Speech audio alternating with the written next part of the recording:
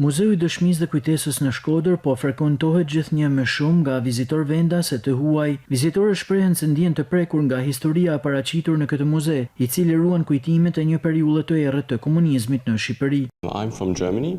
Jam nga Gjermania, nga një qytet i vogël pranë Berlinit. Kjo është rajon e parë që vizitojmë Shqipërinë dhe ajo që më intereson më shumë është historia e këtij vendi. Kjo është arsyeja pse erdha në këtë muze. Sigurisht peizazhet dhe natyra janë shumë të bukura, por këtu në muze kam zbuluar shumë gjëra për të kaluarin e Shqipërisë. Mostly the landscape actually.